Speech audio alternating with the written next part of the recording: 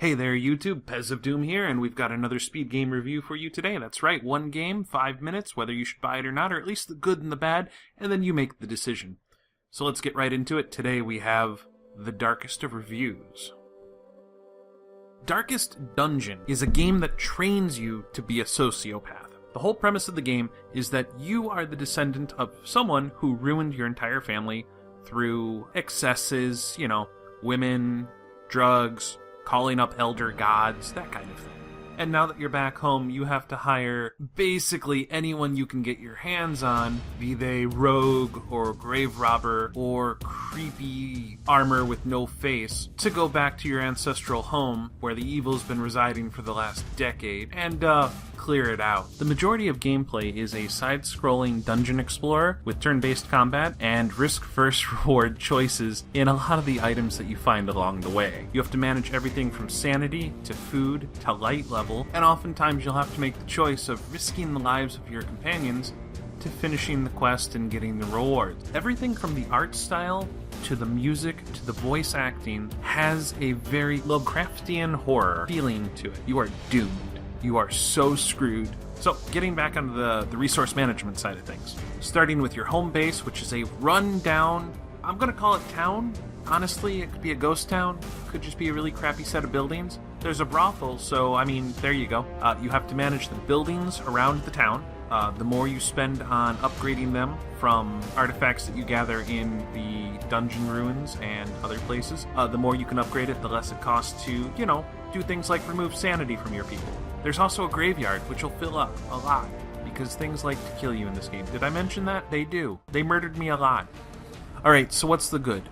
The game is very good at what it does, which is be dark, depressing, and make it feel like you have a very long uphill battle to fight to be able to win the game.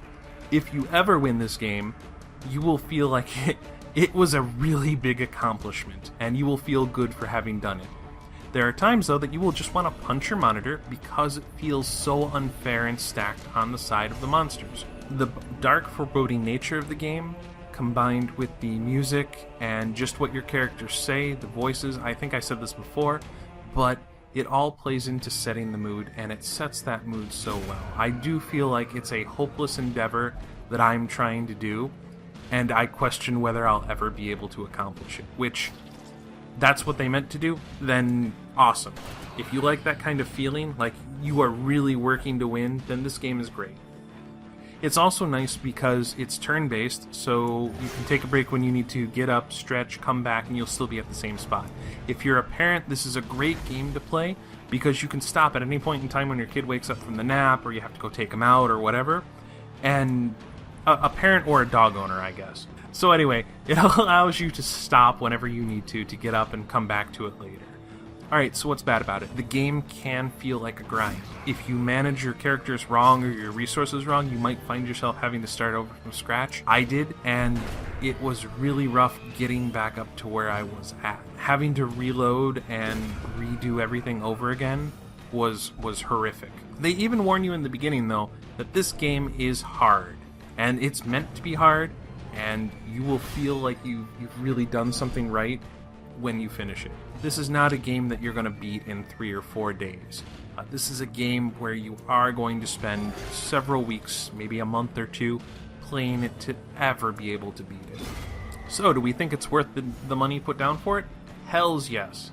Darkest Dungeon is only $20. That's pretty good for the amount of gameplay you're going to get out of this, and how refined it is even for early access. I don't even know what's missing from the game. The game feels done. The game feels more polished than many fully released games I've seen. More fully released indie games I've seen. Gameplay is addicting, easy to get in and out of. Yeah, it's worth the $20, guys. I absolutely loved it at first, and then I started to hate it, but I hate it in the I love it kind of way. It's just really frickin' hard. And that's it for this speed game review. We hope you like it and hope you made a good choice based on it. If there's any other games or game genre you would like us to look up for you and see if we can find a game that's, fun for the value of it, please leave a message below, comment, like, subscribe, and again, thanks for watching, guys.